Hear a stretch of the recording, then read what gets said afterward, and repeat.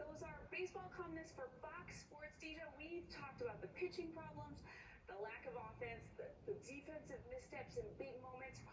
What do you think ultimately cost the Mets a trip to the postseason? Yeah, I think overall it was just their inconsistency. I mean, they were unable to overcome obstacles earlier in the year when there were a lot of pitching injuries. That's one thing, but they did get over that at some point to become the fourth best offense in the major leagues, the second best in the National League, trailing only the Dodgers up until today. That's where they stood going into the final day of the regular season, and they still were not able to get a win. In fact, they were shut out against the Marlins. So it is maddening, it is baffling, and really no one in that clubhouse seems to have an answer for what went wrong besides just the inconsistency that we saw all year. Yeah, mind-boggling. The words, you could go on and on. Oh, honestly, there's a lack of words for what happened this season. Now let's look ahead. There's reports manager Carlos Mendoza's job is safe. Who ultimately will take the fall, to quote Juan Soto, for a failure of the season?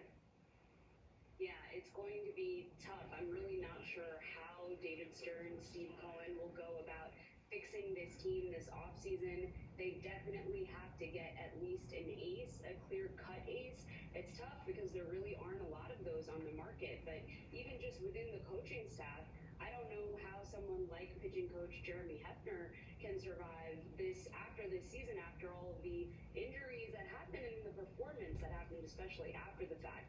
They just were not able to get over the hump. We saw it today, even Carlos Mendoza going to every single pitcher available and not getting the best results.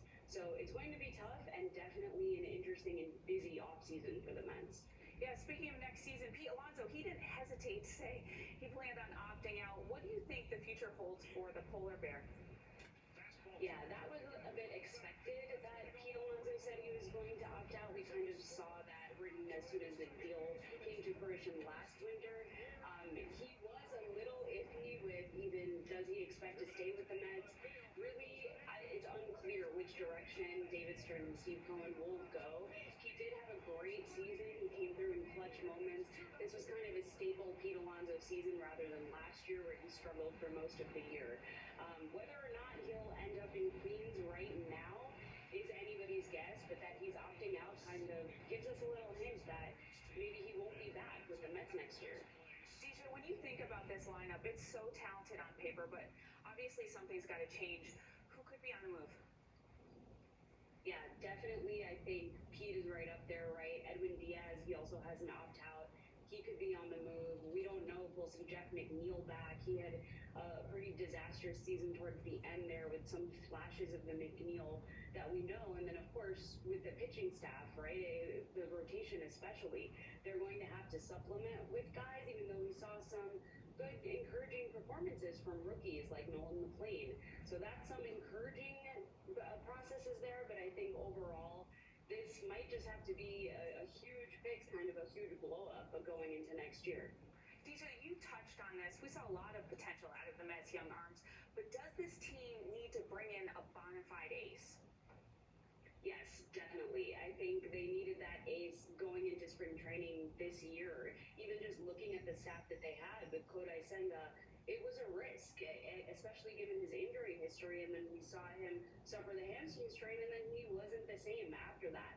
Really, going into the season, it didn't look like the Mets had enough pitchers, but they got away with that same thing last year. So I think David Stern's trying to run back that same routine, that same process. It just didn't work, and I think he's going to have to answer for that, for what he'll change going forward. But they definitely have to figure out a way to get an ace, someone that they haven't had really since Jacob deGrom left the Mets for the Rangers a few years ago. And finally, Deja, I'm going to finally ask you about the Yankees. They host the Red Sox in the AL wildcard. Boston really had the pinstripes number this year, but the Yankees took 2 of 3 the last time these two teams faced each other in September earlier this month. Whole different ballgame, though, in the playoffs, as we all know. What should we expect to see? Yeah, I think it's definitely going to be exciting. I think one thing that could work in the Yankees' favor, even though they wanted to win the division, they wanted that reset as they should. But one thing that might work is potentially Aaron Judge being able to stay on the roll that he's been on. I think getting a break potentially could have really made his back cold. And right now we might see the Judge that the Yankees have wanted to show up in the playoffs right here from the get-go in the wild card series against the Red Sox. A lot of debate about that. Rest or keep playing through it. All right, Deja, thank you so much for joining us.